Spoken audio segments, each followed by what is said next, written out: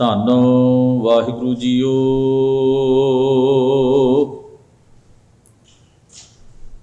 ਗੌੜੀ ਕਬੀਰ ਜੀ ਤੇ ਪਦੇ, ਕੰਚਨ ਸਿਉ ਪਾਈਐ ਨਹੀਂ ਤੋੜ।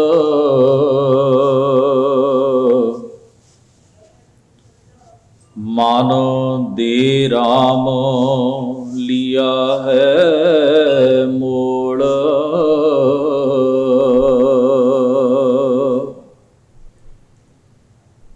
ਕੰਚਨ ਸਿਉ ਪਾਈਐ ਨਹੀਂ ਤੋੜ।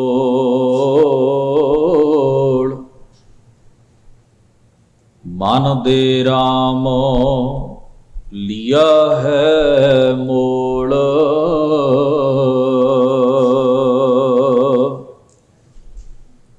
ਅਬ ਮੋਹੇ ਰਾਮ ਆਪਣਾ ਕਰ ਜਾਣਿਆ।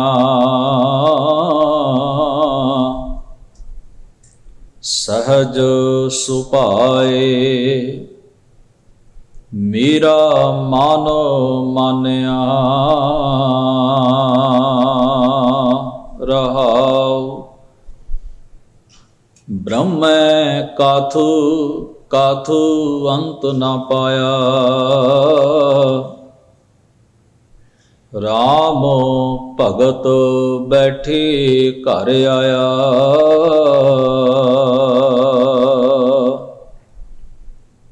ਕਹੋ ਕਬੀਰ ਚੰਚਲ ਮਤ ਤਿਆਗੀ।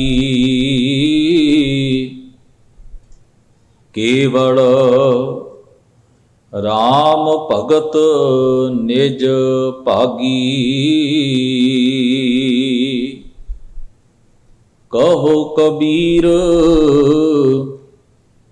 ਚੰਚਲ ਮਤ ਤਿਆਗੀ।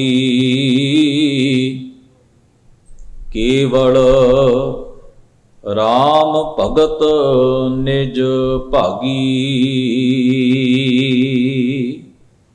ਵਾਹਿਗੁਰੂ ਜੀ ਕਾ ਖਾਲਸਾ, ਵਾਹਿਗੁਰੂ ਜੀ ਕੀ ਫਤਿਹ।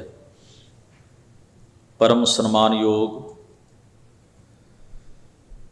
ਗੁਰੂ ਸਵਾਰੀ ਸਾਧ ਸੰਗਤ ਜੀਓ,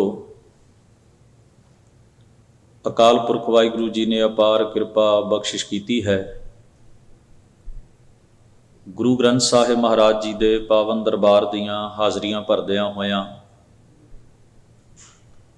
ਗੁਰੂ ਮਹਾਰਾਜ ਦੀ ਪਾਵਨ ਬਾਣੀ ਦੇ ਪਾਠ, ਸਤਿਗੁਰਾਂ ਦੀ ਪਾਵਨ ਬਾਣੀ ਦੇ ਸ਼ਬਦ ਕੀਰਤਨ ਆਪ ਜੀ ਨੇ ਗੁਰੂ ਸਵਾਰਿਆਂ ਪਾਸੋਂ ਬੜੇ ਸਤਿਕਾਰ ਅਦਬ ਸਹਿਤ ਸ਼ਰਵਣ ਕੀਤੇ ਹਨ।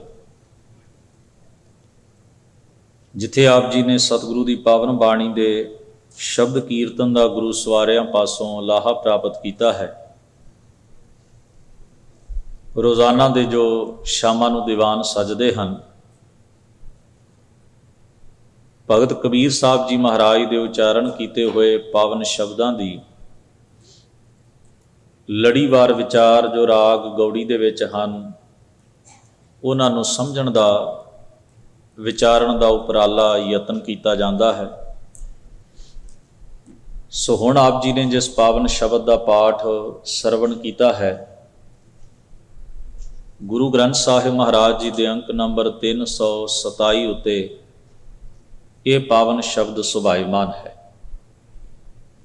ਸ਼ਬਦ ਦਾ ਜੋ ਸਿਰਲੇਖ ਹੈ ਗੌੜੀ ਕਬੀਰ ਜੀ ਮਹਾਰਾਜ ਦਾ ਸ਼ਬਦ ਰਾਗ ਗੌੜੀ ਵਿੱਚ। ਅੱਗੇ ਇੱਕ ਲਫ਼ਜ਼ ਹੈ ਤੇ ਪਦੇ, 3 ਪਦਿਆਂ ਵਾਲਾ ਸ਼ਬਦ। ਇਹਦੇ ਪੈਰ ਵਿੱਚ ਅੰਕ ਪਾਇਆ ਗਿਆ ਹੈ 15। ਇਸ ਦਾ ਭਾਵ ਹੈ 3 ਪਦਿਆਂ ਵਾਲੇ ਅੱਗੇ ਜਿੰਨੇ ਸ਼ਬਦ ਹਨ, ਕੁੱਲ 15 ਸ਼ਬਦ 3 ਪਦਿਆਂ ਵਾਲੇ ਹੋਣਗੇ। ਗੁਰੂ ਸਾਹਿਬ ਜੀ ਨੇ ਬਾਣੀ ਦੀ ਤਰਤੀਬ ਕੁਝ ਇਸ ਹਿਸਾਬ ਨਾਲ ਰੱਖੀ ਹੈ। ਆਪਾਂ ਪਹਿਲੇ ਸ਼ਬਦ ਵੀ ਵਿਚਾਰੇ ਨੇ, 5 ਪਦੇ 2 ਹਨ। ਇਸੇ ਤਰ੍ਹਾਂ ਸਤਿਗੁਰੂ ਮਹਾਰਾਜ ਦੇ ਜਿਹੜੇ ਸ਼ਬਦ 5 ਪਦਿਆਂ ਤੋਂ ਬਾਅਦ ਆਏ, 4 ਤੁਕਾਂ ਵਾਲੇ ਉਹਨਾਂ ਦੇ ਪੈਰ ਵਿੱਚ ਵੀ 2 ਅੰਕ ਪਾ ਕੇ ਮਹਾਰਾਜ ਨੇ ਦੱਸਿਆ ਕਿ 2 ਸ਼ਬਦ ਆਉਣਗੇ। ਤੇ ਪਦੇ ਸ਼ਬਦ ਜਿਹੜੇ ਹਨ ਇਹ ਹੁਣ ਕੁੱਲ 15। ਤੋ ਇਹ ਪਹਿਲਾ ਸ਼ਬਦ ਤੇ ਪਦਿਆਂ ਦਾ ਆਰੰਭ ਹੁੰਦਾ ਹੈ ਗੌੜੀ ਰਾਗ ਵਿੱਚ। ਸਤਿਗੁਰੂ ਗੁਰੂ ਗ੍ਰੰਥ ਸਾਹਿਬ ਜੀ ਦੀ ਪਾਵਨ ਬਾਣੀ ਅੰਦਰ ਪਹਿਲਾ ਰਾਗ ਹੈ। ਜੇ ਉਸ ਰਾਗ ਵਿੱਚ ਗੁਰੂ ਨਾਨਕ ਸਾਹਿਬ ਦੀ ਬਾਣੀ ਹੈ ਤਾਂ ਸਭ ਤੋਂ ਪਹਿਲਾਂ ਗੁਰੂ ਨਾਨਕ ਸਾਹਿਬ ਦੇ ਸ਼ਬਦ ਆਉਣਗੇ। ਗੁਰੂ ਅੰਗਦ ਸਾਹਿਬ ਮਹਾਰਾਜ ਨੇ ਕਿਉਂਕਿ ਕੋਈ ਸ਼ਬਦ ਉਚਾਰਨ ਨਹੀਂ ਕੀਤਾ, ਕੇਵਲ ਸ਼ਲੋਕ ਹੀ ਉਚਾਰਨ ਕੀਤੇ ਨੇ, ਤਾਂ ਸ਼ਲੋਕ ਜਿਹੜੇ ਨੇ ਉਹ ਵਾਰਾਂ ਦੇ ਵਿੱਚ ਹੀ ਐਡਜਸਟ ਕੀਤੇ ਗਏ। ਫਿਰ ਤੀਸਰੇ ਪਾਤਸ਼ਾਹ ਦੇ ਸ਼ਬਦ, ਫਿਰ ਚੌਥੇ ਪਾਤਸ਼ਾਹ ਦੇ, ਫਿਰ ਪੰਜਵੇਂ ਪਾਤਸ਼ਾਹ ਦੇ। ਭਗਤ ਬਾਣੀ ਵਿੱਚ ਸਭ ਤੋਂ ਪਹਿਲਾਂ ਕਬੀਰ ਜੀ ਮਹਾਰਾਜ ਦੀ ਬਾਣੀ ਆਉਂਦੀ ਹੈ, ਫਿਰ ਉਸ ਤੋਂ ਬਾਅਦ ਭਗਤ ਨਾਮਦੇਵ ਸਾਹਿਬ ਦੀ ਬਾਣੀ ਆਉਂਦੀ ਹੈ, ਫਿਰ ਭਗਤ ਰਵਿਦਾਸ ਜੀ ਮਹਾਰਾਜ ਦੀ ਬਾਣੀ ਆਉਂਦੀ ਹੈ। ਇੱਕ ਤਰਤੀਬ ਹੈ। ਜਿਸ ਰਾਗ ਵਿੱਚ ਜਿਸ ਮਹਾਂਪੁਰਖ ਨੇ ਬਾਣੀ ਉਚਾਰਨ ਕੀਤੀ ਉਹਦੀ ਬਾਤ, ਤਰਤੀਬ, ਸ਼ਬਦਾਂ ਦੀ ਗਿਣਤੀ ਵੀ ਮਹਾਰਾਜ ਨੇ ਨਾਲ ਅੰਕਿਤ ਕੀਤੀ। ਤੋ ਸਾਹਿਬ ਸਤਿਗੁਰੂ ਗੁਰੂ ਗ੍ਰੰਥ ਸਾਹਿਬ ਜੀ ਦੀ ਬਾਣੀ ਵਿੱਚ ਭਗਤ ਸਾਹਿਬਾਨਾਂ ਦੇ ਵਿੱਚੋਂ ਸਭ ਤੋਂ ਵਧੇਕ ਬਾਣੀ ਭਗਤ ਕਬੀਰ ਜੀ ਮਹਾਰਾਜ ਦੀ ਹੈ। ਗੁਰੂ ਸਾਹਿਬਾਨਾਂ ਦੇ ਵਿੱਚੋਂ ਸਭ ਤੋਂ ਵਧੇਕ ਬਾਣੀ ਪੰਚਮ ਪਾਤਸ਼ਾਹ ਧੰਨ ਗੁਰੂ ਅਰਜਨ ਸਾਹਿਬ ਮਹਾਰਾਜ ਦੀ ਹੈ।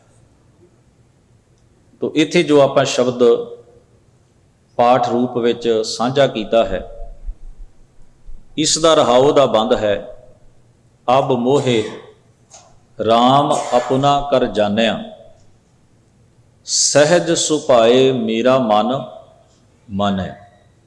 ਇਹ ਸ਼ਬਦ ਬੜੀ ਵਾਰ ਗੁਰੂ ਗ੍ਰੰਥ ਸਾਹਿਬ ਜੀ ਦੀ ਬਾਣੀ ਚ ਆਉਂਦਾ ਹੈ, ਸਹਿਜ ਸੁਭਾਏ। ਇੱਕ ਜਗ੍ਹਾ ਤੇ ਲਿਖਿਆ ਹੈ ਸਹਿਜ ਸੁਭਾਏ ਮਿਲੇ ਗੋਬਿੰਦਾ। ਸਹਿਜ ਸੁਭਾਅ ਦਾ ਮਤਲਬ ਹੁੰਦਾ ਹੈ ਸੁਤੇ ਸਿੱਧ। ਇੱਕ ਅਵਸਥਾ ਹੁੰਦੀ ਜਿੱਥੇ ਤੁਹਾਨੂੰ ਕੋਈ ਯਤਨ ਕਰਨਾ ਪੈਂਦਾ। ਜਿਵੇਂ ਜਦੋਂ ਆਪਾਂ ਸਕੂਲ ਵਿੱਚ ਪੜ੍ਹਿਆ ਤੇ ਆਪਾਂ ਮੁਹਾਰਨੀ ਜਾਂ ਅਲਫਾਬੈਟ ਸਭ ਤੋਂ ਪਹਿਲਾਂ ਸਿੱਖੇ, ਬੜਾ ਕਠਿਨ ਕੰਮ ਸੀ। ਬੱਚੇ ਜਦੋਂ ਪੜ੍ਹਨ ਵਾਸਤੇ ਆਉਂਦੇ ਨੇ ਤਾਂ ਸਭ ਤੋਂ ਪਹਿਲਾਂ ਉਹਨਾਂ ਦੀ ਅੱਖਰ ਨਾਲ ਜਾਣ ਪਛਾਣ ਹੁੰਦੀ ਹੈ। ਅਲਫਾਬੈਟ, ਸ਼ਬਦ, ਅੱਖਰ ਕਿਵੇਂ ਬੋਲਿਆ ਜਾਏ, ਉਹਦਾ ਪ੍ਰੋਪਰ ਸਾਊਂਡ ਕੀ ਹੈ, ਉਹਦੀ ਆਵਾਜ਼ ਕੀ ਹੈ। ਫਿਰ ਹੌਲੀ ਹੌਲੀ ਜਦੋਂ ਅੱਖਰਾਂ ਨਾਲ ਪਛਾਣ ਹੋ ਜਾਂਦੀ ਸੀ, ਦੂਜਾ ਸਟੈਪ ਆਇਆ ਜਦੋਂ ਪੰਜਾਬੀ ਮੁਹਾਰਨੀ, ਪੰਜਾਬੀ ਅਲਫਾਬੈਟ, ਪੰਜਾਬੀ ਅੱਖਰ ਸਿਖਾਏ ਗਏ। ਫਿਰ ਆਇਆ ਵੀ ਉਹਨਾਂ ਅੱਖਰਾਂ ਦੀ ਜਦੋਂ ਪਛਾਣ ਹੋ ਗਈ ਤੇ ਉਹਨਾਂ ਦੇ ਨਾਲ ਮਾਤਰਾਵਾਂ ਦ੍ਰਿੜ ਕਰਾਈਆਂ ਗਈਆਂ। ਕੰਨਾ ਆਉਂਦਾ ਹੈ, ਔਂਕੜ ਆਉਂਦਾ ਹੈ, ਕਨੌੜਾ ਆਉਂਦਾ ਹੈ, ਹੋੜਾ ਆਉਂਦਾ ਹੈ, ਸਿਹਾਰੀ ਬਿਹਾਰੀ ਇਤਿਆਦਿਕ ਸਾਰੇ ਸਿਖਾਏ ਗਏ। ਫਿਰ ਉਹਨਾਂ ਸ਼ਬਦਾਂ ਦਾ ਜੋੜ ਦੱਸਿਆ ਗਿਆ ਕਿ ਜਿਸ ਤਰ੍ਹਾਂ ਪੜ੍ਹੇ ਨੇ ਉਸ ਤਰ੍ਹਾਂ ਤੇ ਨਹੀਂ ਨਾ ਆਉਣਗੇ। ਕੋਈ ਅੱਖਰ ਕਿਤੇੋਂ ਆਏਗਾ, ਜਿਹੋ ਜਿਹਾ ਸਾਊਂਡ ਇਹੋ ਜਿਹਾ ਅੱਖਰ ਉਹਦੇ ਵਿੱਚੋਂ ਲਿਆ ਜਾਏਗਾ ਤੇ ਉਹਨਾਂ ਨੂੰ ਜੋੜ ਕੇ ਉਹਦੀ ਆਵਾਜ਼, ਸ਼ਬਦ, ਵਰਡ ਕ੍ਰੀਏਟ ਕੀਤਾ ਜਾਏ। ਹੁਣ ਉਹ ਜਿਹੜਾ ਸੀ ਉਸ ਵੇਲੇ ਤੇ ਸੁੱਤੇ ਸਿੱਧ ਨਹੀਂ ਸੀ, ਉਦੋਂ ਤਾਂ ਉਹਨੂੰ ਰੱਟਾ ਵੀ ਲਾਇਆ, ਚੇਤਾ ਵੀ ਰੱਖਿਆ, ਸੁਣਿਆ ਵੀ, ਅੱਗੇ ਅੱਗੇ ਪੜ੍ਹਿਆ ਵੀ, ਕਿਸੇ ਦੇ ਮਗਰ ਬੋਲਿਆ, ਕਿਸੇ ਦੇ ਅੱਗੇ ਬੋਲਿਆ। ਉਹ ਜਿਹੜਾ ਸਾਰਾ ਪ੍ਰੋਸੈਸ ਸੀ ਉਹ ਬੜਾ ਹੀ ਮਿਹਨਤਮਈ ਸੀ, ਬੜੀ ਸਿਰ ਖਪਤੀ ਵਾਲਾ ਸੀ, ਪੜ੍ਹਾਉਣ ਵਾਲੇ ਲਈ ਵੀ ਤੇ ਪੜ੍ਹਨ ਵਾਲੇ ਲਈ। ਪਰ ਜਦੋਂ ਉਹ ਸਾਰੀ ਦੀ ਸਾਰੀ ਪ੍ਰਕਿਰਿਆ ਅਸੀਂ ਕਰ ਲਈ, ਹੁਣ ਜਦੋਂ ਅਸੀਂ ਪੰਜਾਬੀ ਪੜ੍ਹਦੇ ਹਾਂ ਤੇ ਸੁਤੇ ਸਿੱਧ ਹੀ ਪੜ੍ਹਦੇ ਹਾਂ। ਹੁਣ ਤੁਹਾਨੂੰ ਅੱਖਰ ਨਹੀਂ ਜੋੜਨਾ ਪੈਂਦਾ ਵੀ ਐੜੇ ਨੂੰ ਕੰਨਾ ਆ, ਊੜੇ ਨੂੰ ਔਂਕੜ ਓ, ਨਾਣੇ ਨੂੰ ਕੰਨਾ ਨਾ ਆਉਣਾ। ਹੁਣ ਤਾਂ ਤੁਸੀਂ ਅੱਖਰ ਪੜ੍ਹਦੇ ਹੋ ਸ਼ਬਦ ਤੇ ਤੁਸੀਂ ਸੁਤੇ ਸਿੱਧ ਬੋਲ ਲੈਂਦੇ ਹੋ। ਕਿਉਂ? ਕਿਉਂਕਿ ਜਿਹੜਾ ਪਹਿਲਾਂ ਪ੍ਰੋਸੈਸ ਕੀਤਾ ਗਿਆ ਉਹ ਤੁਹਾਡੇ ਅੰਦਰ ਕਿਤੇ ਨਾ ਕਿਤੇ ਪਿਆ ਹੈ, ਤੁਹਾਡੇ ਅਚੇਤ ਮਨ ਵਿੱਚ। ਜਦੋਂ ਤੁਸੀਂ ਉਹ ਅੱਖਰ ਵੇਖਦੇ ਹੋ ਤੁਹਾਨੂੰ ਦੁਬਾਰਾ ਕਾਇਦਾ ਨਹੀਂ ਚੁੱਕਣਾ ਪੈਂਦਾ, ਦੁਬਾਰਾ ਟੀਚਰ ਨੂੰ ਪੁੱਛਣ ਨਹੀਂ ਜਾਣਾ ਪੈਂਦਾ ਵੀ ਇਹਨੂੰ ਕੀ ਬੋਲਣਾ। ਉਹ ਚੀਜ਼ ਦਾ ਹੌਲੀ ਹੌਲੀ ਅਭਿਆਸ ਇਹਨਾਂ ਹੋਇਆ ਵੀ ਉਹ ਸਾਡੇ ਸੁਤੇ ਸਿੱਧ, ਸਾਡੇ ਮਨ ਵਿੱਚ, ਜਿਹਨੂੰ ਅਚੇਤ, ਮਨ ਦੇ 2 ਭਾਗ ਵਿਦਵਾਨਾਂ ਨੇ ਦੱਸੇ ਨੇ, ਇੱਕ ਅਚੇਤ ਹੈ, ਇੱਕ ਸੁਚੇਤ। ਆਪਾਂ ਇੱਥੇ ਬੈਠੇ ਹਾਂ, ਇਹ ਸਾਨੂੰ ਇਸ ਵੇਲੇ ਪਤਾ ਹੈ। ਸੁਚੇਤ ਮਨ ਜਿਹੜਾ ਇਸ ਵੇਲੇ ਪ੍ਰੈਜ਼ੈਂਟ ਹੈ, ਹਾਜ਼ਰ ਹੈ, ਜਿਹਦੇ ਰਾਹੀਂ ਸਾਰੇ ਐਕਸ਼ਨ ਹੋ ਰਹੇ ਨੇ, ਕਰ ਰਹੇ ਹਾਂ, ਸੋਚ ਰਹੇ ਹਾਂ, ਬੋਲ ਰਹੇ ਹਾਂ, ਬੈਠੇ ਹੋਏ ਹਾਂ, ਵੇਖ ਰਹੇ ਹਾਂ ਕੌਣ ਕੌਣ ਹੈ।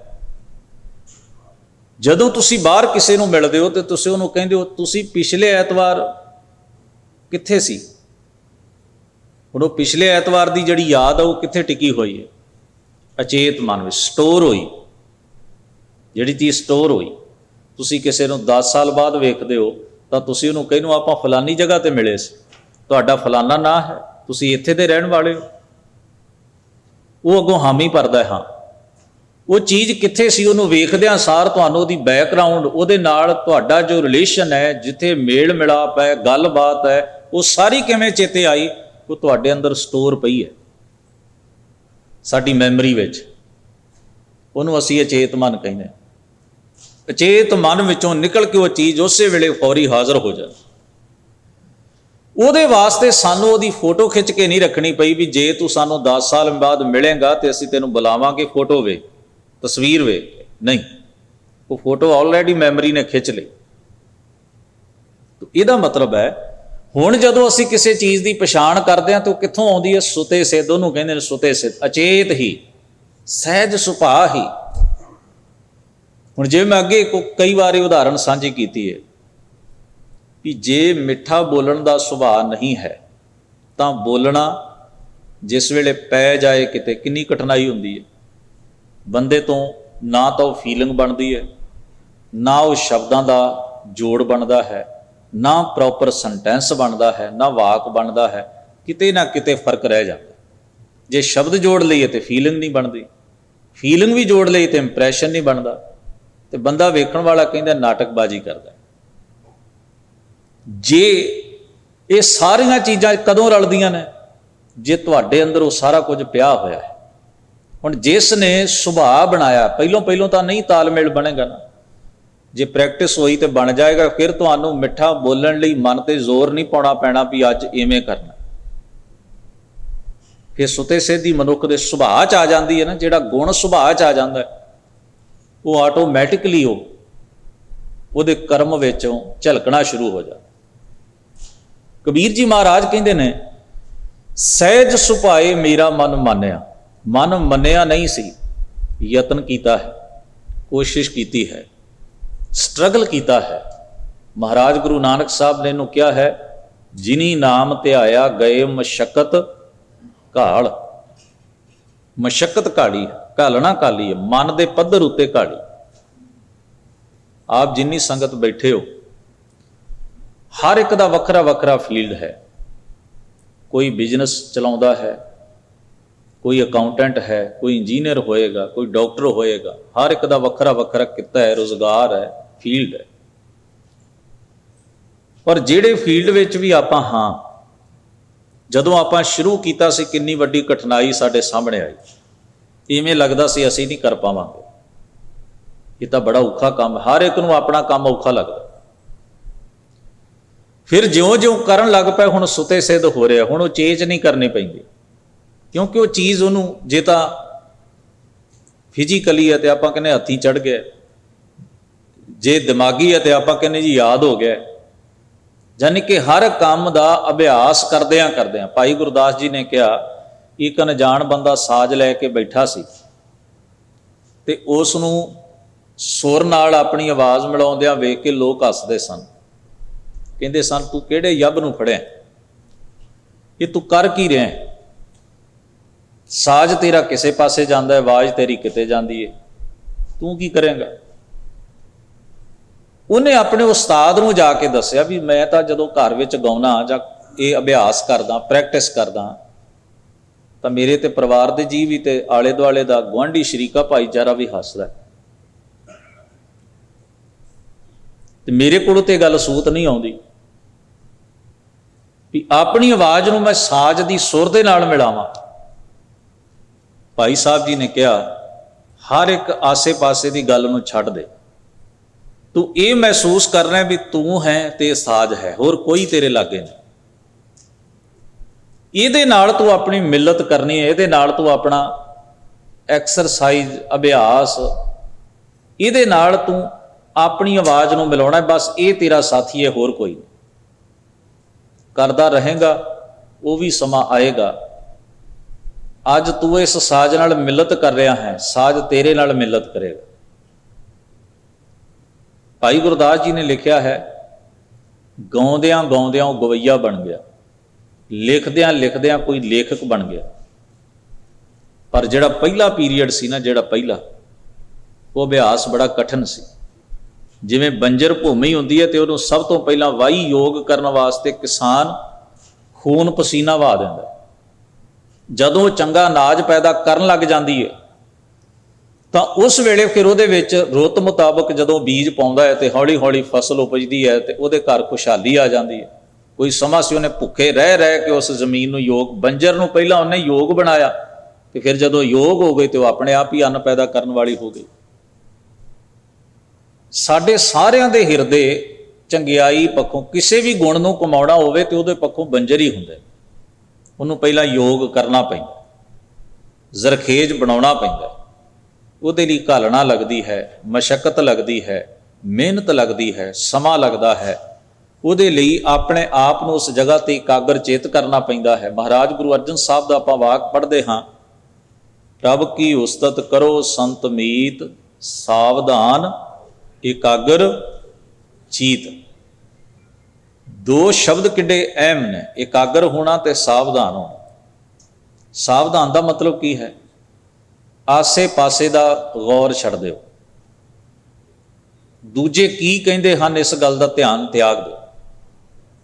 ਇਕਾਗਰ ਦਾ ਮਤਲਬ ਕੀ ਹੈ? ਵੀ ਜੋ ਤੁਸੀਂ ਬਾਹਰੋਂ ਕਰਨਾ ਲੋਚਦੇ ਉਹਨੂੰ ਅੰਦਰ ਵੀ ਉਹਦੀ ਭੁੱਖ ਰੱਖੋ ਤੇ ਮਨ ਨੂੰ ਵੀ ਉਹਦੇ ਵਿੱਚ ਇਨਵੋਲਵ ਕਰੋ ਵੀ ਇਹ ਤੇਰਾ ਕੰਮ ਹੈ, ਤੂੰ ਕਰਨਾ ਹੈ, ਦੂਜਾ ਨਹੀਂ ਕਰੇਗਾ। ਇਹ ਕਿਸੇ ਹੋਰ ਦੀ ਡਿਊਟੀ ਨਹੀਂ ਹੈ, ਤੇਰੀ ਡਿਊਟੀ ਹੈ, ਤੇਰਾ ਫਰਜ਼ ਹੈ। ਉਹਨੂੰ ਕਿਹਾ ਜਾਂਦਾ ਹੈ ਸਹਿਜ ਸੁਭਾਅ। ਹੁਣ ਜੇ ਅੰਦਰ ਸਾਰੀ ਜ਼ਿੰਦਗੀ ਜ਼ਹਿਰ ਹੀ ਇਕੱਠਾ ਕੀਤਾ ਹੈ ਤੇ ਸਹਿਜ ਸੁਭਾਅ ਵੀ ਜ਼ਹਿਰ ਹੀ ਨਿਕਲੇਗਾ। ਜਦੋਂ ਵੀ ਮੌਕਾ ਆਏਗਾ ਜ਼ਹਿਰ ਹੀ ਅੰਦਰੋਂ ਨਿਕਲੇਗਾ ਨਾ। ਜੇ ਸਾਰੀ ਜ਼ਿੰਦਗੀ ਅੰਦਰ ਗੁਣ ਇਕੱਠੇ, ਚੰਗਿਆਈ ਇਕੱਠੀ, ਚੰਗੀ ਥਿੰਕਿੰਗ ਜਿਹੜੀ ਹੈ ਉਹਨੂੰ ਅਪਣਾਉਣ ਦਾ ਯਤਨ ਕੀਤਾ ਹੈ ਤੇ ਮੌਕਾ ਬਾ ਮੌਕਾ ਹਰ ਜਗ੍ਹਾ ਦੇ ਉੱਤੇ ਮਨੁੱਖ, ਜਿਵੇਂ ਮਹਾਰਾਜ ਨੇ ਬਾਣੀ 'ਚ ਕਿਹਾ ਨਾ, ਜਿੱਥੇ ਜਾਏ ਬਹੀਐ ਭਲਾ ਕਹੀਐ ਝੋਲ ਅੰਮ੍ਰਿਤ, ਜਿੱਥੇ ਵੀ ਬਹੋ ਬਚਨ ਐਸਾ ਕਰੋ ਵੀ ਭਲੇ ਦਾ ਹੋਵੇ। ਉਹਦੇ ਵਿੱਚੋਂ ਕਿਸੇ ਦੇ ਪ੍ਰਤੀ ਬੁਰਾਈ ਦਾ ਭਾਵ ਹੀ ਨਾ ਝਲਕੇ, ਉਹਦੇ ਵਿੱਚੋਂ ਕਿਸੇ ਦੇ ਪ੍ਰਤੀ ਖੁੰਦਕ ਹੀ ਨਾ ਝਲਕੇ। ਪਰ ਇਹ ਕਿਵੇਂ ਪੋਸੀਬਲ ਹੈ? ਇਹ ਤਾਂ ਪੋਸੀਬਲ ਹੈ ਜੇ ਪਰ ਕਾ ਬੁਰਾ ਨਾ ਰੱਖੋ ਚੀਤ। ਮੂੰਹ ਤੋਂ ਤੇ ਤਾਂ ਨਿਕਲੇਗਾ ਨਾ ਭਲਾ ਕਿਸੇ ਲਈ, ਜੇ ਅੰਦਰ ਕਿਸੇ ਲਈ ਭਲੇ ਦੀ ਭਾਵਨਾ ਵਸੀ। ਭਾਵਨਾ ਦੇ ਵਿੱਚੋਂ ਹੀ ਸ਼ਬਦ ਨਿਕਲਣਾ ਹੈ, ਫੀਲਿੰਗ ਦੇ ਵਿੱਚੋਂ ਹੀ ਸ਼ਬਦ ਨਿਕਲਣਾ ਹੈ, ਥਿੰਕਿੰਗ ਦੇ ਵਿੱਚੋਂ ਹੀ ਸ਼ਬਦ ਆਉਣਾ ਹੈ। ਮੂੰਹ ਨੇ ਤੇ ਉਹ ਬੋਲਣਾ ਜੋ ਮਨ ਦੇ ਵਿੱਚ ਹੋਏਗਾ। ਤੋ ਸਭ ਤੋਂ ਪਹਿਲਾਂ ਭਲੇ ਦੇ ਖਿਆਲ ਆਪਣੇ ਅੰਦਰ ਦੂਜੇ ਪ੍ਰਤੀ ਟਿਕਾਉਣੇ ਪੈਣਗੇ। ਇਹ ਉਹ ਭਲਾ ਹੀ ਹੈ, ਮੇਰੇ ਤੋਂ ਤਾਂ ਚੰਗਾ ਹੀ ਹੋਏਗਾ। ਮੈਂ ਆਪਣੀ ਤੇ ਨਿਬੇੜ ਲਵਾਂ, ਫਿਰ ਦੂਜਿਆਂ ਦਾ ਦੇਖਾਂਗੇ। ਪਰ ਮਨੁੱਖ ਆਪਣੇ ਜੀਵਨ ਵਿੱਚ ਸਭ ਤੋਂ ਪਹਿਲਾਂ ਦੂਜੇ ਦੀ ਬਦਖੋਈ ਤੋਂ ਕਹਾਣੀ ਸ਼ੁਰੂ ਕਰਦਾ ਹੈ ਵੀ ਉਹ ਆਲੇ ਦੁਆਲੇ ਨੂੰ ਪਹਿਲਾਂ ਮਾੜਾ ਦੱਸ ਲਓ ਤੇ ਆਪਣੇ ਬਾਰੇ ਚੁੱਪ ਹੋ ਜਾਓ, ਤਾਂ ਕਿ ਅਗਲੇ ਨੂੰ ਅੰਦਾਜ਼ਾ ਹੋ ਜਾਏ ਵੀ ਇਹ ਹੀ ਚੰਗਾ ਹੈ ਇਕੱਲਾ। ਇੱਕ ਇਹ ਵੀ ਤਰੀਕਾ ਹੈ। ਇੱਕ ਤਾਂ ਇਹ ਹੈ ਨਾ ਵੀ ਤੁਸੀਂ ਖੁਦ ਨੂੰ, ਕਈ ਸਿਚੁਏਸ਼ਨਸ ਐਸੀਆਂ ਹੁੰਦੀਆਂ ਨੇ ਜਿੱਥੇ ਬੰਦਾ ਖੁਦ ਨੂੰ ਵਡਿਆਉਂਦਾ। ਤੁਸੀਂ ਕਈ ਵਾਰ ਵੇਖੋ, ਕਈ ਬੰਦਿਆਂ ਕੋਲ ਬੈਠੋ, ਉਹ ਮੈਂ ਮੇਰੀ ਤੋਂ ਦੂਜੀ ਗੱਲ ਹੀ ਨਹੀਂ ਕਰਨੀ। ਮੈਂ ਆਹ ਕੀਤਾ, ਮੈਂ ਉਹ ਕੀਤਾ, ਮੈਂ ਇਸ ਤਰ੍ਹਾਂ ਕਰਦਾ, ਮੈਂ ਉਸ ਤਰ੍ਹਾਂ ਕਰਦਾ। ਉਹ ਸਾਰਿਆਂ ਨੂੰ ਮਾਈਨਰ ਸਮਝਦੇ ਨੇ। ਆਪਣੀ ਹੀ ਵਡਿਆਈ ਖੁਦ ਆਪਣੀ ਜ਼ੁਬਾਨ ਤੋਂ ਕਰਦਿਆਂ ਹੋਇਆ ਉਹਨਾਂ ਨੂੰ ਝਿਜਕ ਨਹੀਂ ਆਉਂਦੀ ਵੀ ਮੈਂ ਵੱਡਾ, ਮੈਂ ਨਾ ਹੁੰਦਾ ਤੇ ਆਹ ਹੋ ਜਾਣਾ ਸੀ, ਮੈਂ ਆਹ ਕੀਤਾ, ਮੈਂ ਆਹ ਕੀਤਾ। ਯਾਨੀ ਕਿ ਉਹਨਾਂ ਦੀ ਕੋਸ਼ਿਸ਼ ਹੁੰਦੀ ਹੈ ਵੀ ਮੇਰੇ ਵਾਲਾ ਜੋ ਮੈਂ ਬੋਲ ਰਿਹਾ ਨਾ, ਇਹ ਸਟੇਟਮੈਂਟ ਇਸ ਬੰਦੇ ਦੇ ਮੂੰਹ 'ਚ ਪੈ ਜਾਏ ਤੇ ਇਹ ਖੁਦ ਕਹਿਣ ਲੱਗ ਪਿਆ ਵੀ ਤੂੰ ਬਿਲਕੁਲ ਸਹੀ ਹੈ। ਤੇ ਉਹ ਕਹਿੰਦੇ ਹੀ ਰਹੇ, ਜਿੱਥੇ ਵੀ ਖਲੋਣਗੇ ਉਹ ਇਹੀ ਗੱਲ ਕਰਨ। ਦੂਜੇ ਕਿਸਮ ਦੇ ਲੋਕ ਉਹ ਹੁੰਦੇ ਨੇ ਜਿਹੜੇ ਆਪਣੀ ਖੁਦ ਦੀ ਵਡਿਆਈ ਆਪਣੇ ਮੂੰਹ ਤੋਂ ਨਹੀਂ ਕਰਨਗੇ। ਉਹਨਾਂ ਨੇ ਕਹਾਣੀ ਦੂਜਿਆਂ ਤੋਂ ਸ਼ੁਰੂ ਕਰਨੀ ਹੈ, ਫਲਾਂ ਬੰਦਾ ਵੀ ਗਲਤ ਹੈ, ਆਹ ਵੀ ਗਲਤ ਹੈ, ਆਹ ਵੀ ਗਲਤ ਹੈ, ਆਹ ਵੀ ਗਲਤ ਹੈ। ਉਹਨਾਂ ਨੇ ਜਿੰਨੇ ਆਲੇ ਦੁਆਲੇ ਨੇ ਸਾਰਿਆਂ ਨੂੰ ਗਲਤ ਸਾਬਤ ਕਰ ਲੈਣਾ, ਆਪਣੇ ਬਾਰੇ ਚੁੱਪ ਹੋ ਜਾਣਾ ਵੀ ਇਹ ਆਪੇ ਹੀ ਅੰਦਾਜ਼ਾ ਲਾ ਲਵੇ ਵੀ ਹੁਣ ਇਹੋ ਹੀ ਸਿਆਣਾ ਬਾਕੀ ਰਹਿ ਗਿਆ। ਰਹਿ ਤੇ ਇਹੋ ਹੀ ਗਿਆ ਤੇ ਸਿਆਣਾ ਹੀ ਹੋਏਗਾ, ਅਕਲਮੰਦ ਹੀ ਹੋਏਗਾ। ਇਹ ਮਨ ਦੀਆਂ ਤਹਿਆਂ ਨੇ। ਜਿਨ੍ਹਾਂ ਨੇ ਮਨੋਵਿਗਿਆਨ ਪੜ੍ਹਿਆ ਉਹ ਜਾਣਦੇ ਨੇ ਮਨ ਦੀਆਂ ਤਹਿਆਂ ਵਿੱਚ ਕੀ ਕੁਝ ਵਿਚਰਦਾ ਹੈ।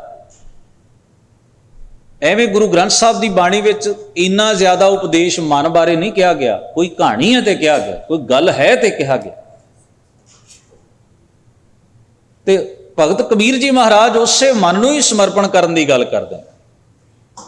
ਮਨ ਦੇ ਰਾਮ लिया है मोल। बस उस मन नूं ही मन ही दे दिता वाहिगुरू दे वट्टे विच, परमेश्वर नूं मन ही समर्पित कर दिता। असीं उह साखी पढ़दे सां, साहिब कलगीधर महाराज दे सेवादार जिहड़े सन, जिन्हां दी ड्यूटी हुंदी सी पहरे उत्ते रहना, सुरੱਖਿਆ दी, उन्हां समयां दे विच मनोरंजन दे साधन ये हुंदे सन, मदारी आ जाने, तमाशगीर आ जाने पिंडां शहरां दे विच, तां उन्हां तमाशा वेखण वास्ते लोग इकट्ठे हो जांदे सन। उन्हां नूं किसे ने मुठ दाणे पा देने, किसे थोड़ा आटा दे दे, इवें उन्हां दा गुजारा चलदा। वो पहरे उत्ते जिहड़े सिख सन, उन्हां विचों दो चार उन्हां दे मन विच आया भी बड़े देर बाद तमाशा करन वाला आया, वेखना चाहिए, मनोरंजन होएगा। चले गए, वो चले तो गए, पर उन्होंने एहसास जिहा हुंदा रहा अंदरों, फीलिंग अंदर, मन अंदर एक ख्याल आउंदा रहा भी गल तो गलत है, अपना काम छड्ड के, अपनी सेवा छड्ड के, जो जिम्मेवारी का काम है वो जिम्मेवारी छड्ड के असीं कित्थे फिरदे हां। ये तो गलत गल है। जिम्मेवारी पहल है, बाकी काम मगरों हैं। तो जेडे नहीं गए सन उन्हां चों दो चार झोरा करते सन, लै चंगे भले हो गए ने, तो की फर्क पैंदा सी, असीं भी जा आउंदे, इत्थे की होण लग्या। सतगुरु महाराज सच्चे पातशाह ने अगले दिन दीवान दे विच उन्हां नूं बुलाया ते आख्या भी जेडे हाज़र सन वो एक पासे हो जाओ, जेडे गैर हाज़र सन एक पासे हो जाओ। हुण जेडे गए सन तमाशा वेखण एक पासे हो गए, खड़े हो गए, नीवी पाई है, हाथ जोड़े ने, एहसास है भी गलती है, भुल है। जेडे नहीं सन गए वो मन ही मन सोचते लो चंगे रह गए, चले जाते तो पेशी हुंदी। वो बैठे रहे ਜਾਂ एक पासे खड़े रहे, उन्हां दे चेहरे दे उत्ते खुशी सी कि असीं गलती नहीं की, चंगा होया नहीं गए, नहीं तो इन्हां दी कतार विच खड़े होंदे। हजूर ने मन दीयां उलझणां भी सुलझाउणियां हुंदियां ने। गुरु दा करतब है वो मनुख नूं अंदरों तब्दील करदा है। महाराज ने उन्हां नूं आख्या, जिहड़े गए सन, आख्या बैठो, दूजिਆਂ नूं उठा लिया, आख्या तुसीं कित्थे सी? महाराज असी तो सेवा में हाज़र सी। हजूर ने कहा नहीं, तुसी गैर हाज़र सी। नहीं महाराज, तुसी किसी नूं भी पुछ सकते हो, असी तो हाज़र सी। महाराज ने आख्या नहीं, तुहाडी गैर हाज़री वड्डी है, तुहाडे अंदर कोताही है। आख्या नहीं महाराज, असी तो गए ही नहीं, ये गए सन, उन्होंने तुसी कुछ कहा नहीं, उन्होंने बिठा लिया, असी हाज़र सां, सानू तुसी पेशी पा लई है। हजूर ने फिर समझाया। महाराज कहते उन्होंने उत्थे मनोरंजन करदियां होया भी ना, तमाशा वेंदियां होया भी मदारी दा, उन्हां दे अंदर एक खो पैंदी रही कि गलत कीता है। एहसास बड़ी वड्डी चीज़ है, ये उदाहरण नहीं दिता जा सकता, किसी नूं शब्द कहे जा सकते हैं, किसी नूं कोई उपदेश की गल उधारी किसी ग्रंथ चों पढ़ के इवें पास की जा सकती है, पर एहसास है ना जिहड़ी फीलिंग है वो किसी नूं उधारी नहीं दी जा सकती, वो गॉड गिफ्ट है, वो साडे अपने अंदर ही उसकी प्रोडक्शन होंदी। गुरु साहब ने उन्होंने ही सब तो उत्तम मन्निया, सब तो उत्तम। मान लो कोई बच्चा माँ बाप के कहने विच ना होए, वो किसी रिश्तेदार नूं बुलाउंदे ने, कहंदे नूं समझाओ, वो आके की कहंदा सियाणा बण, तेरी माँ है, तेरा प्यो है, तू इन्हां दा बच्चा है, इन्हां तैनूं जम्मिया है, इन्हां तैनूं पालिया है। हुण ये गल्लां उहनूं किते पता नहीं हुंदियां, ये तो बड़ी आम जी नॉलेज है, आम जी जान के ते उहनूं पता नहीं भी मैं इन्हां दा बच्चा ते मेरे माँ प्यो ने, इन्हां मैनूं जम्मिया, ते ये कोई बहुत ही गूढ़ ज्ञान की गल है जिहड़ी उहनूं दसणी सी नहीं। पर ये शब्द क्यों यूज करते हैं कि इनू एहसास होवे भी माँ ते बाप दा स्थान, जगह की है, एक बच्चे का फर्ज की है, उन्होंने किन्ना तेरे लिए स्ट्रगल किया, उन्होंने शब्दों के राही वो कोई उन्होंने नॉलेज देन नहीं गए भी इनू पता नहीं खोरे भी ये मेरे माँ बाप हैं कि नहीं हैं, नहीं, वो ये दसन नहीं गए, वो दसन गए ने, एहसास जगाउण गए ने भी इनू एहसास हो जाए, गल समझ जाए। ये तो उन्होंने भी पता भी ये मेरे माँ प्यो ने, ये तो उन्होंने भी पता भी इन्होंने मैनूं जम्मिया ते पालिया, पर पिछे भावना की है भी ये अंदर वो एहसास पैदा होवे भी ये जिम्मेवार बने। ਇਹਦੇ ਅੰਦਰ ਆਪਣਾ ਫਰਜ਼ ਨਿਭਾਉਣ ਦੀ ਭਾਵਨਾ ਪੈਦਾ ਹੋਏ। ਪਤਾ ਤੇ ਆਪਾਂ ਸਾਰਿਆਂ ਨੂੰ ਹੀ ਵੀ ਆਪਾਂ ਗੁਰੂ ਗ੍ਰੰਥ ਸਾਹਿਬ ਦੇ ਸਿੱਖ ਹਾਂ, ਪਰ ਸਿੱਖੀ ਉਦੋਂ ਸ਼ੁਰੂ ਹੋਏਗੀ ਜਦੋਂ ਅਹਿਸਾਸ ਹੋ ਜਾਏਗਾ ਵੀ ਗੁਰੂ ਗ੍ਰੰਥ ਸਾਹਿਬ ਹੀ ਸਾਡੇ ਗੁਰੂ ਨੇ, ਹੋਰ ਕੋਈ ਨਹੀਂ। ਤੇ ਜੇ ਅਹਿਸਾਸ ਨਹੀਂ ਤੇ ਗੁਰੂ ਗ੍ਰੰਥ ਸਾਹਿਬ ਨੂੰ ਗੁਰੂ ਕਹਿੰਦੇ ਆ ਵੀ ਮੱਥੇ ਹੀ ਪਟਕੜੇ ਨੇ, ਭਾਵੇਂ 35 ਬੰਦੇ ਆ ਜਾਣ ਰੋਜ਼, ਉਹਨਾਂ ਸਾਹਮਣੇ ਦੁਨੀਆ ਪਟਕਦੀ ਰਹਿੰਦੀ ਹੈ। ਹੁਣ ਉਹ ਮੱਥੇ ਟਿਕਾਉਣ ਵਾਲੇ ਸਿੱਧੇ ਘਰਾਂ 'ਚ ਆ ਜਾਂਦੇ, ਹੁਣ ਗੁਰਦੁਆਰਿਆਂ ਦੀਆਂ ਸਟੇਜਾਂ ਤੇ ਘੱਟ ਆਉਂਦੇ ਨੇ, ਖੱਪ ਪੈਂਦੀ ਕਰਕੇ, ਰੌਲਾ ਪੈਂਦਾ ਕਰਕੇ। ਉਹਨਾਂ ਨੇ ਸ਼ਾਰਟਕਟ ਰਸਤਾ ਲੱਭ ਲਿਆ, ਪਿਛਲੇ ਦਰਵਾਜ਼ੇ ਤੋਂ ਆਓ, ਲੋਕਾਂ ਕੋਲੋਂ ਘਰਾਂ ਹੀ ਮੱਥੇ ਟਿਕਾ ਲਓ, ਪੈਸੇ ਇਕੱਠੇ ਕਰੋ ਤੇ ਘਰਾਂ 'ਚੋਂ ਨਿਕਲ। ਤਰੀਕਾ ਤੇ ਕੰਮ ਤਾਂ ਫਿਰ ਉੱਥੇ ਹੀ ਖੜਾ ਹੈ। ਜਿੰਨਾ ਚਿਰ ਮੇਰੀ ਸੁਰਤ ਗੁਰੂ ਗ੍ਰੰਥ ਸਾਹਿਬ ਮਹਾਰਾਜ ਨੂੰ ਅਸੈਪਟ ਨਹੀਂ ਕਰਦੀ, ਅੰਦਰ ਅਹਿਸਾਸ ਨਹੀਂ ਵੀ ਨਹੀਂ ਮੈਂ ਗੁਰੂ ਦਾ ਸਿੱਖ ਹਾਂ, ਮੈਂ ਨਹੀਂ ਕਰ ਸਕਦਾ। ਚੇਤੇ ਵਿੱਚ ਰੱਖਣਾ, ਇੱਕ ਮਨੁੱਖ ਹੈ ਜਿਹਨੂੰ ਇਹ ਪਤਾ ਹੈ ਵੀ ਗੁਰੂ ਗ੍ਰੰਥ ਸਾਹਿਬ ਦੇ ਕਿੰਨੇ ਪੰਨੇ ਤੇ ਕੀ ਲਿਖਿਆ, ਉਹਦਾ ਕੀ ਅਰਥ ਹੈ, ਕੀ ਮੀਨਿੰਗ ਹੈ। ਜ਼ਰੂਰੀ ਨਹੀਂ ਹਰ ਬੰਦੇ ਨੂੰ ਇਹ ਪਤਾ ਹੋ, ਜ਼ਰੂਰੀ ਨਹੀਂ ਹਰ ਬੰਦੇ ਨੇ ਕੋਸ਼ ਪੜ੍ਹੇ ਹੋਣ, ਡਿਕਸ਼ਨਰੀਆਂ ਪੜ੍ਹੀਆਂ ਹੋਣ, ਟੀਕੇ ਪੜ੍ਹੇ ਹੋਣ, ਵਿਦਵਾਨਾਂ ਦੇ ਅਰਥ ਪੜ੍ਹੇ ਹੋਣ।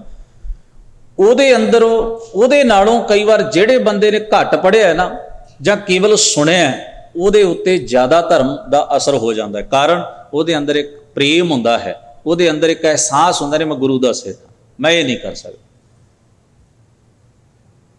ਉਹ ਗੁਰੂ ਦੇ ਜ਼ਿਆਦਾ ਨੇੜੇ ਹੋ ਜਾਂਦਾ। ਕਿਉਂ ਨੇੜੇ ਹੋਇਆ? ਉਹਦੇ ਅੰਦਰ ਪਵਿੱਤਰ ਅਹਿਸਾਸ ਹੈ, ਗੁਰੂ ਨਾਲ ਜਿਹੜਾ ਰਿਲੇਸ਼ਨ ਹੈ ਉਹਦਾ ਉਹਨੂੰ ਚੇਤਾ ਰਿਹਾ, ਉਹਨੂੰ ਦੂਜੇ ਨੂੰ ਚੇਤਾ ਭੁੱਲ ਗਿਆ। ਤਾਂ ਮਹਾਰਾਜ ਨੇ ਉਹਨਾਂ ਨੂੰ ਕਿਹਾ ਵੀ ਇਹਨਾਂ ਬੰਦਿਆਂ ਦੇ ਅੰਦਰ ਅਹਿਸਾਸ ਰਿਹਾ ਗਲਤੀ ਦਾ, ਸੰਭਾਵਨਾ ਹੈ ਵੀ ਇਹ ਦੁਬਾਰਾ ਗਲਤੀ ਨਹੀਂ ਕਰਨਗੇ, ਪਰ ਤੁਹਾਡੀ ਅਜੇ ਸੰਭਾਵਨਾ ਹੈ ਕਿ ਤੁਸੀਂ ਦੁਬਾਰਾ ਗਲਤੀ ਕਰੋਗੇ। ਐਤਕੀ ਨਹੀਂ ਹੋਈ, ਪਰ ਤੁਹਾਡੇ ਅੰਦਰ ਜਿਹੜੀ ਹੈ ਮਨ ਦੀ ਬਣਤਰ, ਜਿਹੜੀ ਮਨ ਦੇ ਵਿੱਚ ਪਿਆਸ ਵੀ ਚਲੇ ਜਾਂਦੇ ਕੀ ਫਰਕ ਪੈਂਦਾ, ਇਹ ਸੰਭਾਵਨਾ ਹੈ, ਪੋਸੀਬਿਲਿਟੀ ਹੈ ਤੁਹਾਡੇ ਅੰਦਰ ਵੀ ਤੁਸੀਂ ਕਿਤੇ ਵੀ ਕੁਰਾਏ ਪੈ ਸਕਦੇ ਹੋ। ਬਾਹਰ ਦੇ ਵਿਗੜੇ ਹੋਏ ਨੂੰ ਸਮਝਾਇਆ ਜਾ ਸਕਦਾ ਹੈ, ਅੰਦਰ ਦੇ ਵਿਗੜੇ ਹੋਏ ਨੂੰ ਸਮਝਾਉਣਾ ਬਤਾ। ਜਿਹਨੇ ਪੋਸੀਬਿਲਿਟੀ ਰੱਖੀ ਹੈ ਨਾ, ਕੋਈ ਗੱਲ ਨਹੀਂ, ਹੋ ਜਾਏਗਾ ਤਾਂ ਕੀ ਤੂਫਾਨ ਆ ਜਾਏਗਾ, ਉਹ ਤੇ ਜ਼ਿਆਦਾ ਖਤਰਨਾਕ ਹੈ ਬੰਦਾ। ਮਨ ਜਾਣੈ ਸਭ ਬਾਤ ਜਾਣਤ ਹੀ ਔਗਨ ਕਰੈ, ਕਾਹੇ ਕੀ ਕੁਸਲਾਤ ਹਾਥ ਦੀਪ ਕੂਏ ਪਰੇ। ਉਹਦੇ ਤਾਂ ਹੱਥ ਤੇ ਦੀਵਾ ਹੈ ਤੇ ਉਹ ਫਿਰ ਵੀ ਖੂਹ 'ਚ ਡਿੱਗਦਾ। ਇੱਕ ਦੇ ਕੋਲ ਚਾਨਣ ਹੀ ਨਹੀਂ, ਉਹ ਡਿੱਗ ਪਿਆ, ਉਹਦੀ ਤੇ ਮੰਨੀ ਜਾਏਗੀ ਵੀ ਬਈ ਇਹ ਤੇ ਕੋਲ ਤੱਕ ਕੋਈ ਰਾਹ ਹੀ ਨਹੀਂ ਸੀ। ਇੱਕ ਨੂੰ ਚਾਨਣ ਮਿਲਿਆ ਤੇ ਉਹ ਫਿਰ ਵੀ ਡਿੱਗ ਪਿਆ, ਉਸ ਮਨੁੱਖ ਤੇ ਇਤਰਾਜ਼ ਜ਼ਿਆਦਾ ਹੋਏਗਾ।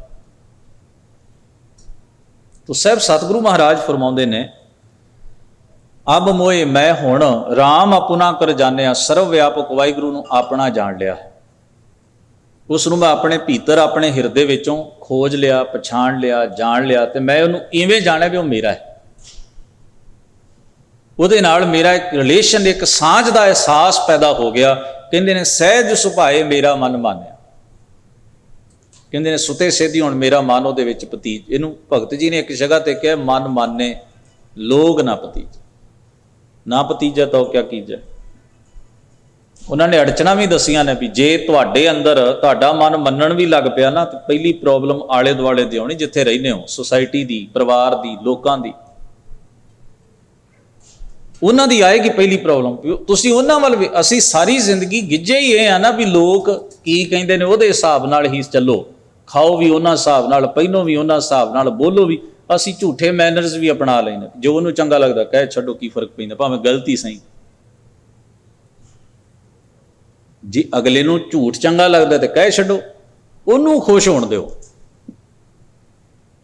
ਇਹਦੇ ਨਾਲ ਅਸੀਂ ਇਨਵਾਇਰਮੈਂਟ ਹੀ ਇਹੋ ਜਿਹਾ ਪੈਦਾ ਕਰ ਲਿਆ ਵੀ ਜਿੱਥੇ ਪਖੰਡ ਦੇ ਉੱਤੇ ਰੀਝਣਾ ਸਾਡਾ ਤੇ ਅਗਲੇ ਦਾ, ਦੋਵਾਂ ਦਾ ਇਕੱਠਾ ਹੀ ਸੁਭਾਅ ਬਣ ਗਿਆ। ਝੂਠ ਉੱਤੇ ਮੈਂ ਵੀ ਰੀਝ ਰਿਹਾ, ਉਹ ਮੈਨੂੰ ਝੂਠ ਸੁਣਾਉਂਦਾ, ਮੈਂ ਉਹਨੂੰ ਝੂਠ ਸੁਣਾਉਂਦਾ, ਉਹ ਵੀ ਖੁਸ਼, ਮੈਂ ਵੀ ਖੁਸ਼, ਕਿਉਂਕਿ ਦੋਵੇਂ ਹੀ ਇੱਕੋ ਜਿਹੇ ਹਾਂ। ਇਹ ਸਾਰਾ ਕੁਝ ਇਨਵਾਇਰਮੈਂਟ ਅਸੀਂ ਆਪਣੇ ਭੈੜੇ ਸੁਭਾਅ, ਇੱਕ ਦੂਜੇ ਨੂੰ ਰਿਝਾਉਣ ਤੇ ਖੁਸ਼ ਕਰਨ ਦੇ ਚੱਕਰ ਵਿੱਚ ਹੀ ਬਣਾਇਆ। ਕੋਈ ਨਾਰਾਜ਼ ਨਾ ਹੋ ਜਾਏ। ਕਾਹਤੋਂ ਨਾਰਾਜ਼ ਹੋਏਗਾ? ਕਿਉਂਕਿ ਉਹਨੂੰ ਝੂਠ ਚਾਹੀਦਾ, ਤੇ ਮੈਂ ਉਹ ਝੂਠ ਜੇ ਨਾ ਦੇ ਪਾਇਆ, ਉਹ ਪਖੰਡ ਨਾ ਦੇ ਪਾਇਆ, ਤੇ ਅਗਲਾ ਆਖੇਗਾ ਇਹਨੂੰ ਕੀ ਪਤਾ, ਇਹਨੂੰ ਕੀ ਪਤਾ। ਮੈਂ ਅੱਗੇ ਵੀ ਇੱਕ ਵਾਰ ਉਦਾਹਰਨ ਦਿੱਤੀ ਸੀ, ਬਾਣੀ ਦਾ ਪਾਠ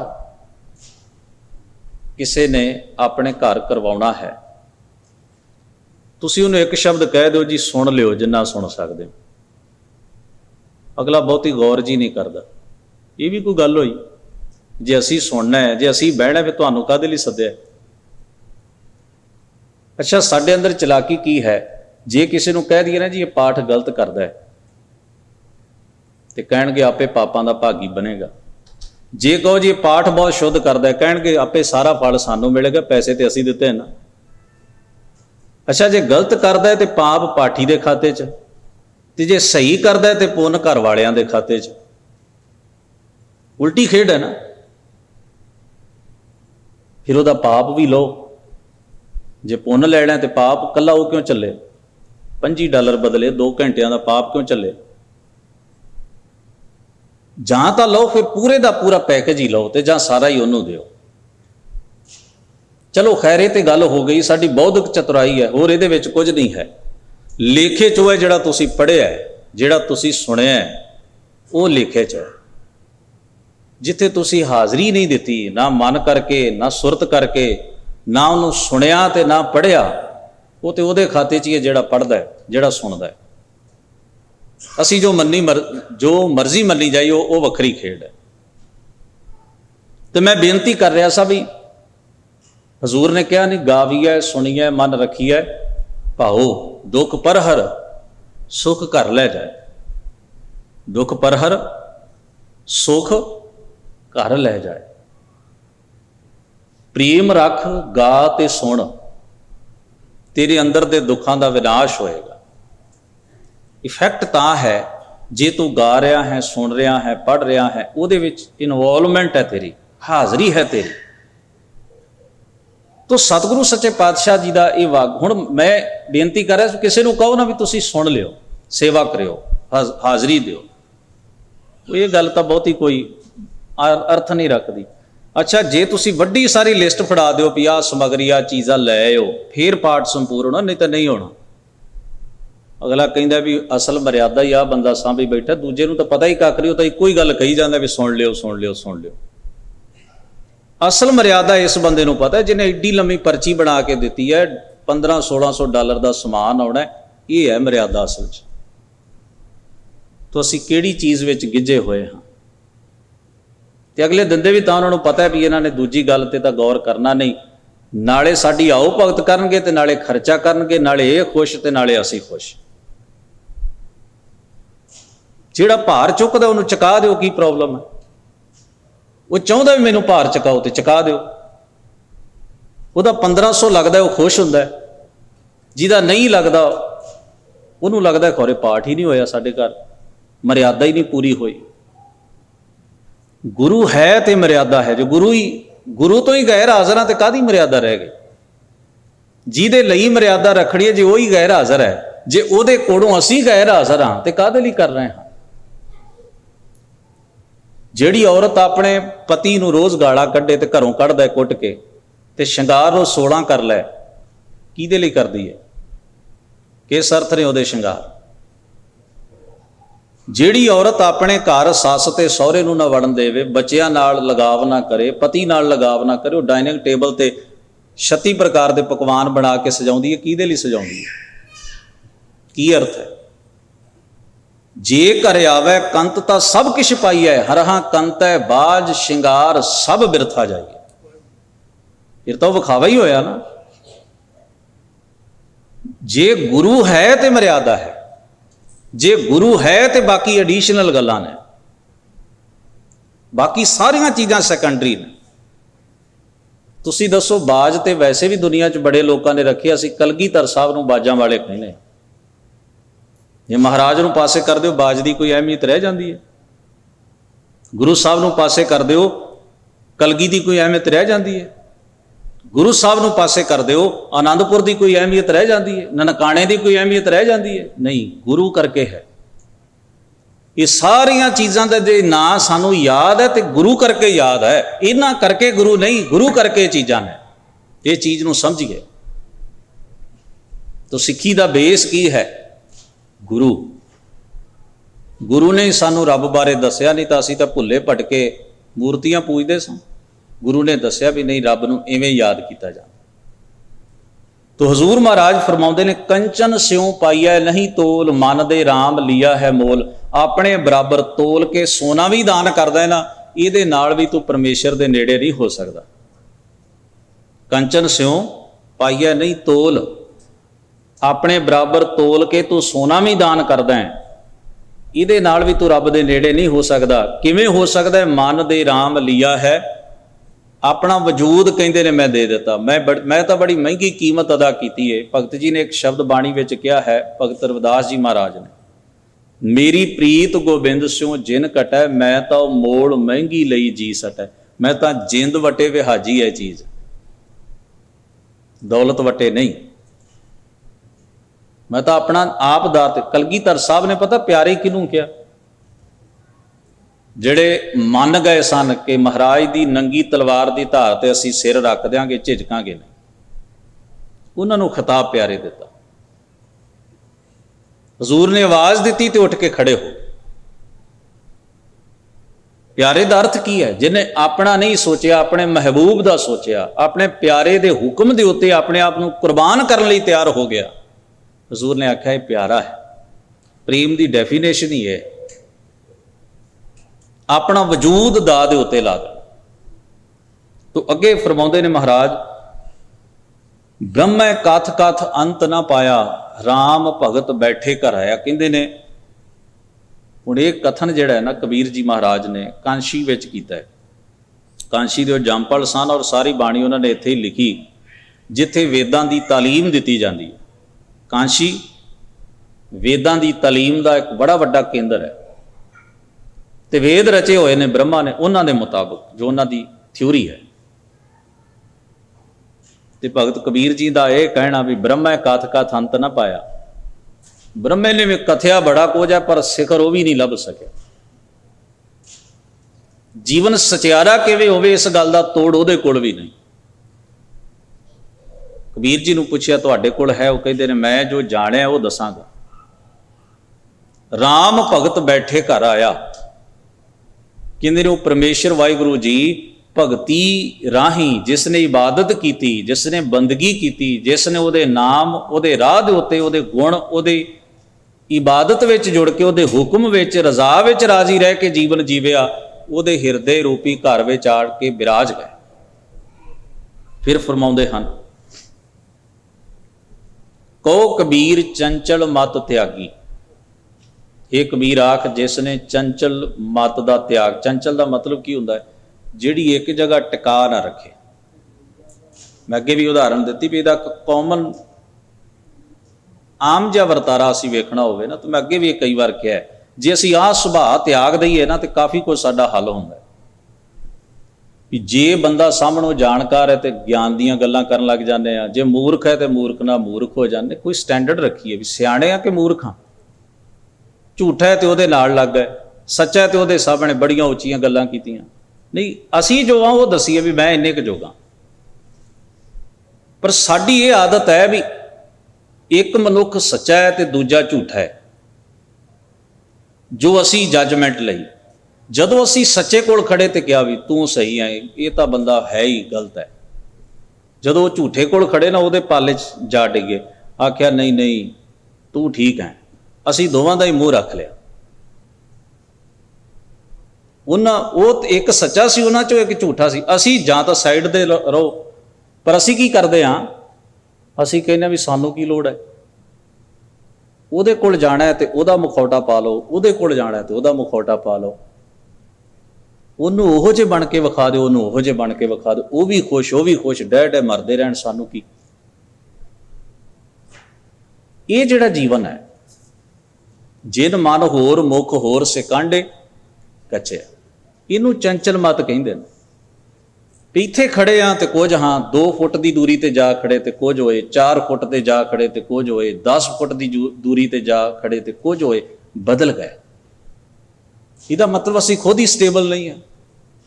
दुनिया सानू सादी है भी फैसला कर जाओ, दुनिया सानू सादी जी सलाह दे दो, ये तो वही सलाह देंगे जो तुहानू सूट करती होएगी, क्योंकि असी हाँ ही इहो जे हर जगह के उत्ते अपनी मातरों भड़का लैन। मैं एक उदाहरण देना, गुरु नानक साहब कांशी गए, ਕਾਂਸ਼ੀ ਵੇਦਕ ਫਿਲਾਸਫੀ ਦਾ ਗੜ੍ਹ ਹੈ।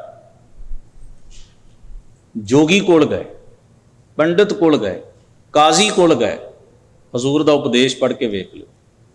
ਸ਼ਬਦਾਵਲੀ ਦਾ ਫਰਕ ਹੋ ਸਕਦਾ ਹੈ, ਜਿਹੜੀ ਗੱਲ ਕਾਜ਼ੀ ਨੂੰ ਸਮਝ ਆਉਂਦੀ ਸੀ ਉਹ ਸ਼ਬਦ ਵਰਤੇ, ਜਿਹੜੀ ਜੋਗੀ ਨੂੰ ਸਮਝ ਆਉਂਦੀ ਸੀ ਉਹ ਵਰਤੇ, ਪਰ ਹਜ਼ੂਰ ਮਹਾਰਾਜ ਦੀ ਫਿਲਾਸਫੀ ਵਿੱਚ ਕੋਈ ਫਰਕ ਨਹੀਂ ਪਿਆ। ਇਹ ਨਹੀਂ ਵੀ ਕਾਜ਼ੀ ਨੂੰ ਕਿਹਾ ਇਹ ਤਾਂ ਬ੍ਰਾਹਮਣ ਹੈ ਹੀ ਇਹੋ ਜਿਹਾ, ਕੋਈ ਗੱਲ ਨਹੀਂ, ਤੇ ਬ੍ਰਾਹਮਣ ਨੂੰ ਕਹੇ ਕਾਜ਼ੀ ਹੁੰਦੇ ਹੀ ਇਹੋ ਜਿਹੇ, ਨਹੀਂ। ਕਾਜ਼ੀ ਨੂੰ ਵੀ ਉਹ ਉਪਦੇਸ਼ ਦਿੱਤਾ ਜਿਹੜਾ ਬ੍ਰਾਹਮਣ ਨੂੰ ਦਿੱਤਾ। ਆਖਿਆ ਨੇਕ ਇਨਸਾਨ ਤਾਂ ਇਸ ਪੈਟਰਨ ਨੂੰ ਅਪਣਾ ਕੇ ਹੀ ਬਣਿਆ ਜਾ ਸਕਦਾ ਹੈ, ਉਸ ਤੋਂ ਬਿਨਾਂ ਨਹੀਂ। ਜੇ ਬ੍ਰਾਹਮਣ ਦੇ ਦੱਸੇ ਵਰਤ ਗਲਤ ਨੇ, ਕਾਜ਼ੀ ਦੇ ਰੋਜ਼ੇ ਕਿਵੇਂ ਸਹੀ ਹੋ ਜਾਣਗੇ? ਉਹਨੂੰ ਵੀ ਦੱਸਿਆ ਤੇ ਉਹਨੂੰ ਵੀ ਦੱਸਿਆ, ਗੱਲ ਇੱਕੋ ਹੀ ਕੀਤੀ। ਵਰਤ ਨਾ ਰਹੋ ਨਾ ਮਹਿ ਰਮਦਾਨਾ, ਤਿਸ ਸੇਵੀ ਜੋ ਰੱਖੈ ਨਿਦਾਨਾ। ਏਕ ਗੁਸਾਈ ਅੱਲਾ ਮੇਰਾ, ਹਿੰਦੂ ਤੁਰਕ ਦੋਹਾਂ ਨੇ ਮੇਰਾ। ਮੈਂ ਰੱਬ ਦੀ ਗੱਲ ਕਰਾਂਗਾ, ਇਹ ਵੇਖ ਕੇ ਨਹੀਂ ਕਰਾਂਗਾ ਵੀ ਮੇਰੇ ਸਾਹਮਣੇ ਸੁਣਨ ਵਾਲਾ ਮੁਸਲਮਾਨ ਹੈ ਕਿ ਹਿੰਦੂ ਹੈ। ਦੋਵੇਂ ਮੇਰੇ ਭਾਈ ਨੇ, ਦੋਵੇਂ ਮੇਰੇ ਰੱਬ ਦੇ ਬੰਦੇ ਨੇ, ਮੇਰੇ ਵਰਗੇ ਨੇ। ਉਹਨਾਂ ਨੂੰ ਮੈਂ ਇਵੇਂ ਗੱਲ ਕਰਾਂਗਾ ਜੇ ਮੈਂ ਆਪਣਿਆਂ ਨਾਲ ਗੱਲ ਕਰਦਾ। ਮੈਂ ਇਹ ਸੋਚ ਕੇ ਨਹੀਂ ਕਰਾਂਗਾ ਵੀ ਜੋਗੀ ਨੂੰ ਕੁਝ ਕਹਿ ਦਿਆਂ, ਕਾਜ਼ੀ ਨੂੰ ਕੁਝ ਕਹਿ ਦਿਆਂ। ਨਹੀਂ, ਜੋਗੀ ਨੂੰ ਵੀ ਉਹੀ ਕਵਾਂਗਾ ਜੋ ਮੇਰੇ ਦਿਲ 'ਚ ਹੈ,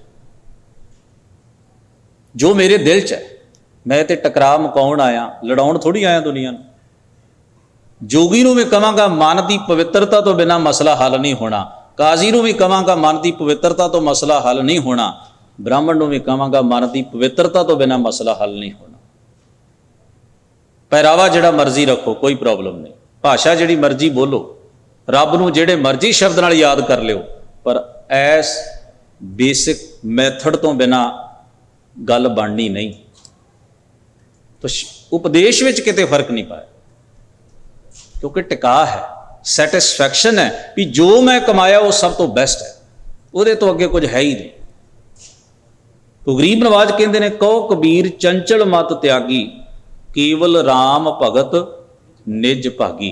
ਕੇਵਲ ਤੇ ਕੇਵਲ, ਓਨਲੀ। ਕੇਵਲ ਦਾ ਮਤਲਬ ਹੈ ਕੇਵਲ, ਅਖੀਰ ਤੇ ਸਿਖਰ ਤੇ, ਜਿੱਥੋਂ ਕੋਈ ਆਪਸ਼ਨ ਬਾਕੀ ਨਹੀਂ।